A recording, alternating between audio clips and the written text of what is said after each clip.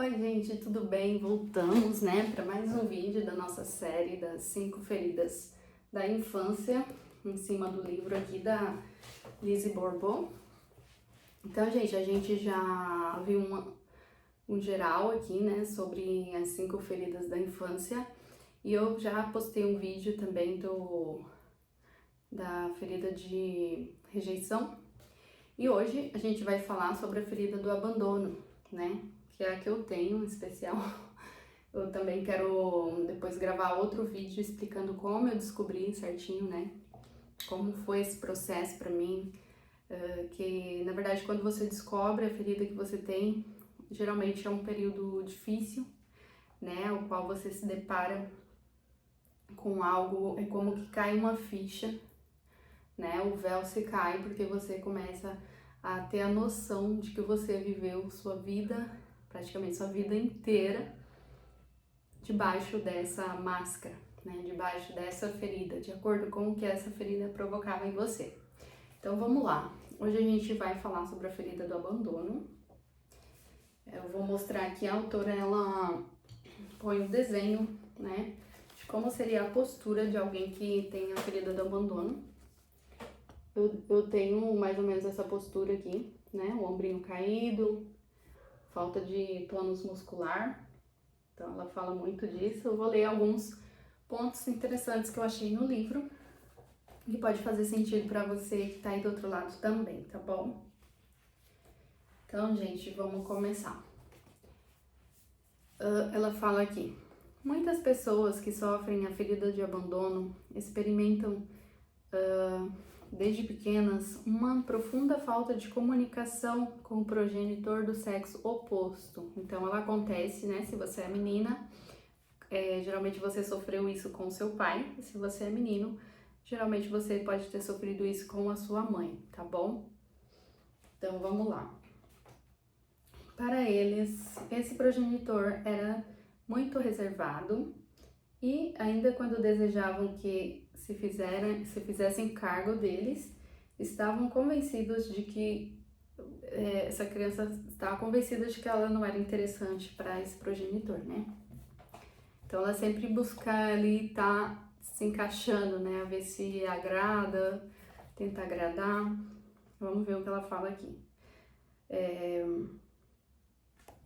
Aqui ela fala, né, que geralmente ela observa que as pessoas que sofrem com a ferida do abandono também sofrem rejeição. É o que eu falava no outro vídeo sobre a ferida da rejeição, que eu também sentia um pouquinho daquela ferida, né, de não se sentir vista, etc. Vai lá ver o vídeo, caso você não tenha visto ainda.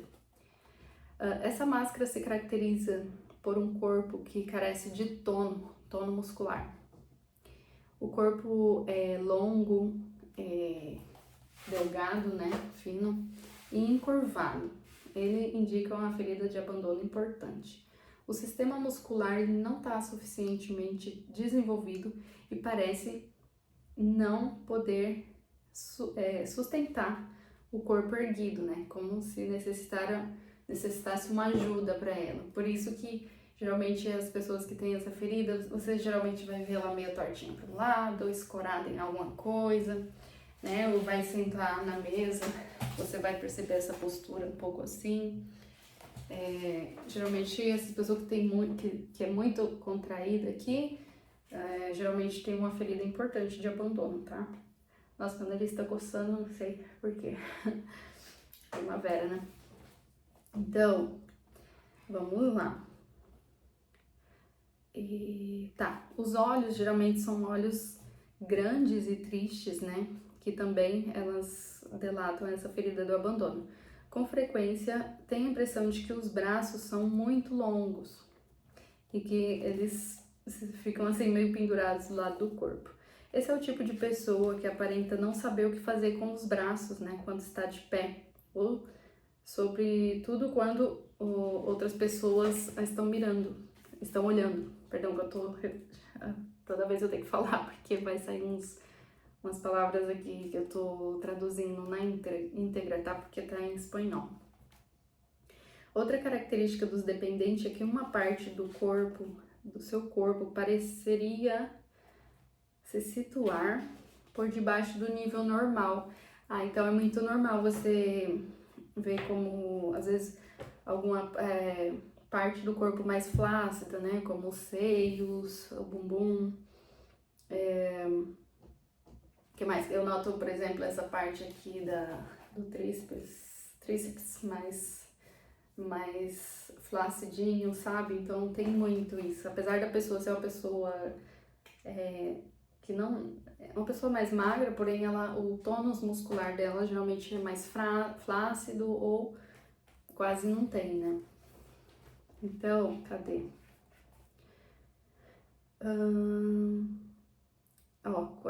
Assim que você vê uma pessoa com uma parte do corpo que parece bem macia, você pode deduzir que ela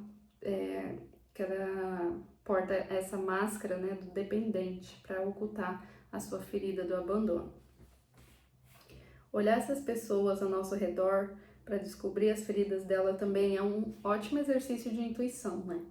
Então, quando você lê esse livro, por exemplo, você vê as várias características, né, que possuem cada pessoa e também a morfologia do corpo dela, automaticamente, quando você conhece uma pessoa, você já consegue. Claro que você não vai ficar lá analisando o tipo da pessoa, mas geralmente você já vê qual é a máscara que essa pessoa utiliza ou qual é a ferida de infância que ela tem, né? Isso é bom porque, claro, quando você descobre as suas feridas, você já não leva nada assim pro pessoal, né? Então você sabe que dependendo da maneira que essa pessoa atua, você sabe que ela tá atuando desde a ferida dela, né? E não porque você tem culpa de nada ou que você fez alguma coisa mal. Às vezes, sim, às vezes você teve atitudes também que não são muito boas, mas nem tudo é sobre o outro, né? Então vamos lá. De todos os 5 tipos, o dependente ele é o mais propenso a se converter em vítima. Isso é verdade, né? Uma vítima é uma pessoa que acredita que todo tipo de problema na sua vida, só que especialmente os problemas de saúde, ela usa para chamar atenção. Então isso responde à necessidade do dependente que ele acredita que nunca recebe suficiente atenção. Quando parece desejar chamar atenção por diversos meios, o que está tentando em realidade é se sentir o suficientemente importante como para receber apoio, né? Então são pessoas que se sentem muito abandonadas mesmo, assim, no sentido literal da palavra. Até qualquer coisa, a pessoa, às vezes ela se programa para estar com a pessoa tem que ir no mercado, ou seja, não vai estar ali naquele momento com ela já vai sentir dentro dela aquela coisinha, né? Poxa, vão me abandonar de novo. Então, por exemplo, se o par dessa pessoa, o parceiro dessa pessoa, não liga para avisar que vai chegar tarde, ela já pensa no pior que pode acontecer, né? E ela não compreende por que ele faz sofrer, porque ela sofre tanto quando o outro não liga para ela. Então ela se faz vítima, né? Ela pode começar uma discussão quando a pessoa chegar, coisas assim. Por exemplo, o dependente ele cumpre o papel de pai ante seus irmãos e tenta salvar de determinadas dificuldades a quem ama, geralmente. Então esses são meios sutis para receber atenção, né? Porque quando ela tá ali tentando salvar o outro de alguma forma, ela adquire esse papel de salvadora, então ela na verdade ela tá fazendo isso esperando em troca um reconhecimento, né, uma atenção ali. Então o dependente, geralmente ele sofre altos e baixos, né, durante algum tempo ele se sente feliz e tudo vai super bem, só que de repente ele se sente mal-humorado e triste.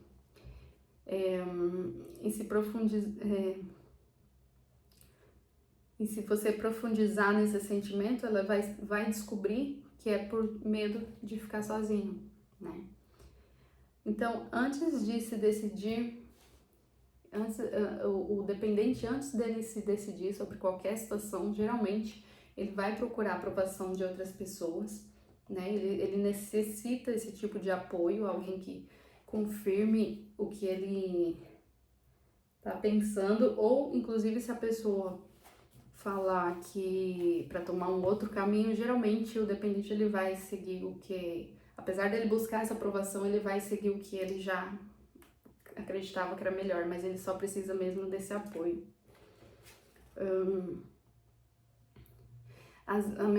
Geralmente essa pessoa vai usar muito no vocabulário as palavras, a frase, né, já não aguento mais, ou seja, que dá a entender que ele sempre está fazendo pelos outros e que os outros não reconhecem, né, o seu valor, ou seja, não dá o apoio necessário que ele precisa.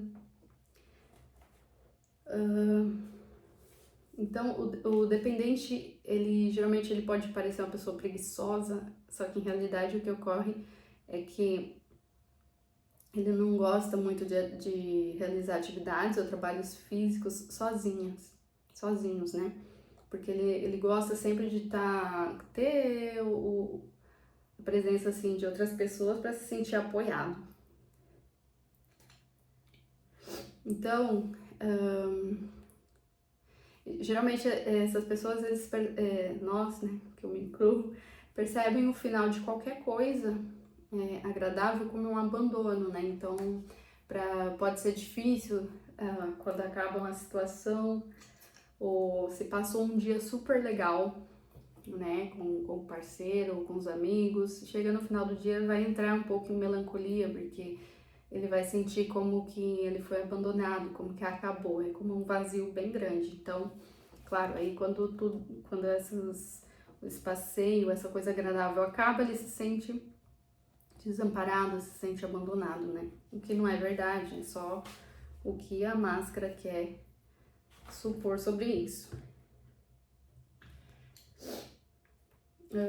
Geralmente as mulheres, né, com a ferida do abandono, elas têm uma voz infantil, né, e tende a fazer muitas perguntas também. Que mais? Geralmente pedem conselho porque eles não acreditam ser capazes de fazer as coisas por si mesmos, só que não necessariamente escuta, né, o que eu falei antes. Geralmente ele vai fazer o que ele quer. A solidão é efetivamente o maior problema do dependente, já que ele está convencido de não poder suportar, né? Porque lá na infância, de alguma forma, ele se sentiu assim por muito tempo, né? E principalmente pelo sexo oposto, então ele não quer voltar a se sentir assim. Então é quando entra esse desespero, né? De uma companhia, de que não o abandonem. E ele começa e põe essa máscara do dependente, né? De sempre estar buscando isso no outro. Então ele está disposto a aguentar situações muito difíceis em lugar de pôr fim. Seu maior medo é: o que eu vou fazer sozinho? O que será de mim? Né? O que vai acontecer comigo? Com frequência vive um conflito consigo mesmo, pois uma parte exige muita atenção e por outra teme estar exigindo muita atenção, e que isso possa afetar os outros, né? E então acabarem abandonando ele. Então é muito louco, né? Essa questão das feridas é muito contraditório. Então, ao mesmo tempo você quer muito, você também tem medo de que justo essa sua necessidade acaba afastando as pessoas. Por isso, muitas vezes também quem sofre essa ferida, geralmente ela não expressa, ela tem dificuldade de se expressar, de pôr limites, né? Quando algo não vai bem, porque ela tem medo, ela tá sofrendo, porém ela tem medo de falar e que essa pessoa possa dar no pé, tipo, nossa, que encheção de saco, tchau. Então ela sente isso com muita dor, né? Essa rejeição. A pessoa dependente, ela tem uma enorme capacidade para não ver o problema que vive com o parceiro. Ele prefere acreditar que tudo tá muito bem porque ele tem medo de ser abandonado. Geralmente se nega a ver o problema, né? Se nega a querer consertar o que tem de errado. Quando o outro anuncia que deseja ir embora, o dependente ele sofre muito, porque como ele não foi capaz de ver os problemas, ele como que não estava esperando, né? Então, busca uma imagem mental, imagina qualquer coisa.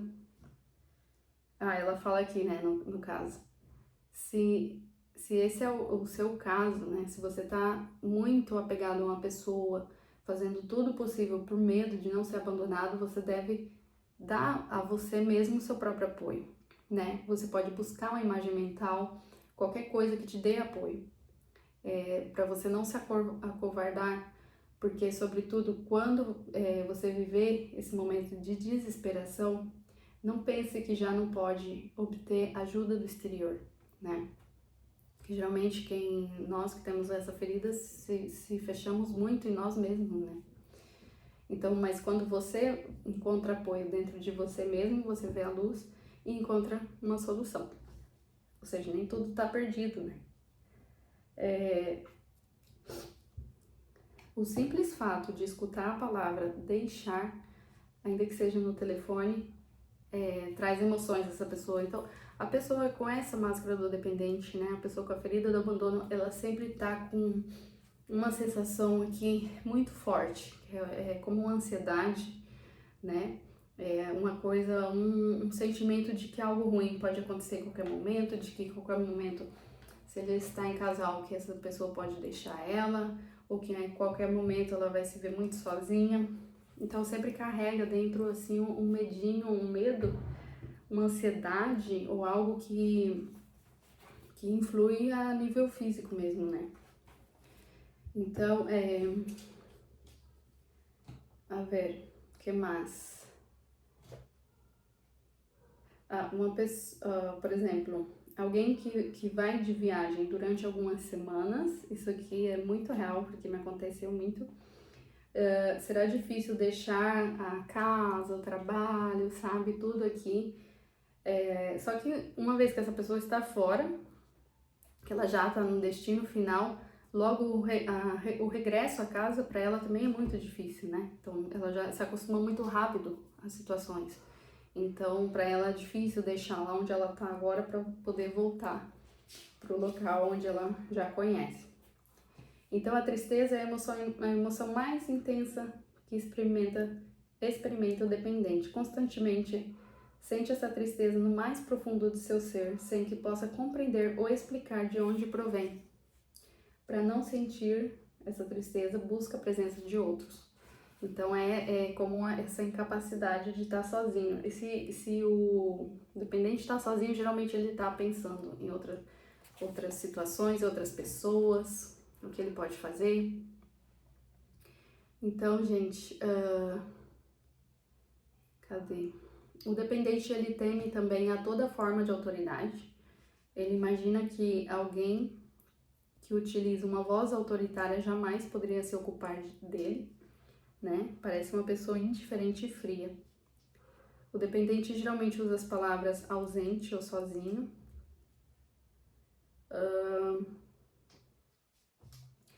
Acredita realmente que tudo seria melhor se tivesse alguém do seu lado. O grau de ansiedade que se vive ao estar sozinho determina a magnitude do sofrimento da pessoa. Sentir-se sozinho cria na pessoa que sofre um sentimento de urgência, já que teme que o que falta a ele é inacessível para ele, o que não está disponível no momento que deseja. Ele tem esse senso de urgência, sabe? E isso dispara muita ansiedade mesmo. É fácil observar esse comportamento entre os numerosos exemplos daqueles que sabotam sua própria felicidade. Tá. Aqui ela fala, né, que não se abre para receber ou para aceitar a situação ou a pessoa por temer a não poder enfrentar. Assim mesmo, teme as emoções que ele produziria, a atenção que receberia de outra pessoa. É bem complicado, né, gente? Então a pessoa dependente, ela chora facilmente, isso é muito real. Então para mim sempre foi muito difícil entrar numa discussão a qual eu já evitava, né, para não gerar esse abandono, esse risco de abandono. Então, mas quando não tem jeito, você entra nessa discussão, facilmente chora, já começa a chorar, ou se vitimizar, né? Inclusive tentar manipular outra pessoa, claro que de forma inconsciente. Só que quando você olha para isso, você vê que realmente você tinha essa forma, né, de comunicar, então, que não é legal em nenhuma relação. E o bom é que depois que você percebe, você consegue melhorar isso, né? Geralmente ele necessita a atenção e a presença de outros, mas não é capaz de ver o número de ocasiões que ele não fez pelos outros, mas o que as pessoas pediam, né?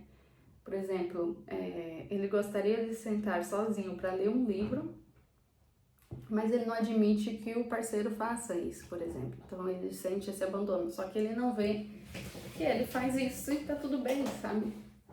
É engraçado isso. Então ele tem esse sentimento de que não é importante suficientemente para o outro. Ah, você prefere ler um livro que tá comigo. Ah, então você prefere estar com seus amigos do que estar comigo, sabe? Ele geralmente não dá muito esse espaço. Em casal, o dependente ele se apoia no outro e pega da mão do outro e toca o outro com muita frequência, né?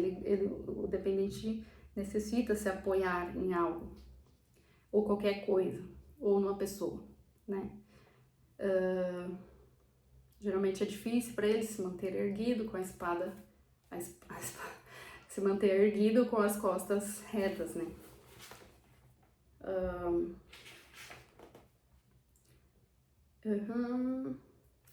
Tá, eu vou dar uma pulada aqui, né, pro vídeo não ficar gigante.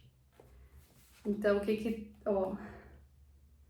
o dependente, ele tem a necessidade a qualquer preço de que os demais o façam sentir importante e de que o tenham em conta, né? Já que isso é algo que ele não pode fazer sozinho, é algo que ele não se dá, essa importância. Então, ele sempre está esperando que o outro faça, e quando a pessoa não faz, ele sente esse abandono, ele sente essa tristeza dentro de si. É muito comum também que o apego, a pessoa com a máscara do dependente, ele acredite que ele é muito independente, então é uma relação muito comum que eles às vezes aparentam, mas na verdade não são. Então ele busca mais que a independência, a autonomia. No seguinte capítulo, daí ela fala que ela vai explicar e tal. Então eu vou dar uma pulada aqui porque ela fala muito do alimentação e tudo isso, tem um resuminho no final do capítulo e eu vou direto falar no capítulo aqui pra vocês, tá bom? Porque senão vai ficar muito grande. Ela fala de algumas doenças que pode desenvolver. Essa é importante. Se você se identifica com a ferida do abandono, ela lembra, né, que o que desencadeou isso foi o progenitor do sexo oposto e que continua aparecendo em qualquer outra pessoa do sexo oposto com a qual você se relacione. Então, é muito normal e humano guardar ressentimento ao progenitor que você acha que causou essa ferida em você, né? Então tá aqui, ó. Enquanto a gente siga tendo ressentimentos ao progenitor, ainda que seja inconscientemente, as nossas relações com todas as demais pessoas do mesmo sexo que esse progenitor serão difíceis. E todas vêm aí para querer te mostrar onde você precisa trabalhar, né?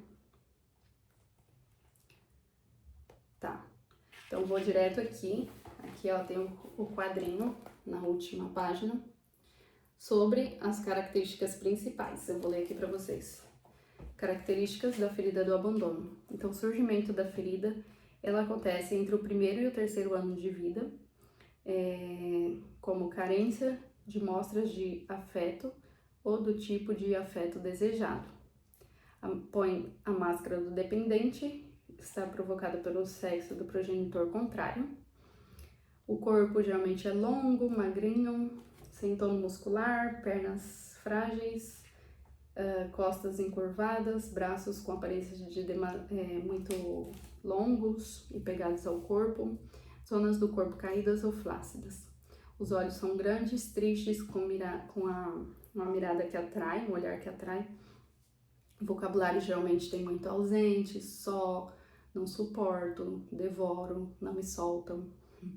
O caráter geralmente é de vítima, fusional, necessidade de presença, atenção e, sobretudo, apoio, dificuldade para fazer ou decidir qualquer coisa por si mesmo, pede conselho sem seguir necessariamente, voz infantil, dificuldade para aceitar um não, tristeza, choro fácil, causa lástima, um dia está alegre, no outro está triste, se retrai fisicamente dos demais, é mental, gosta de ter espectadores e busca a independência e gosta de sexo.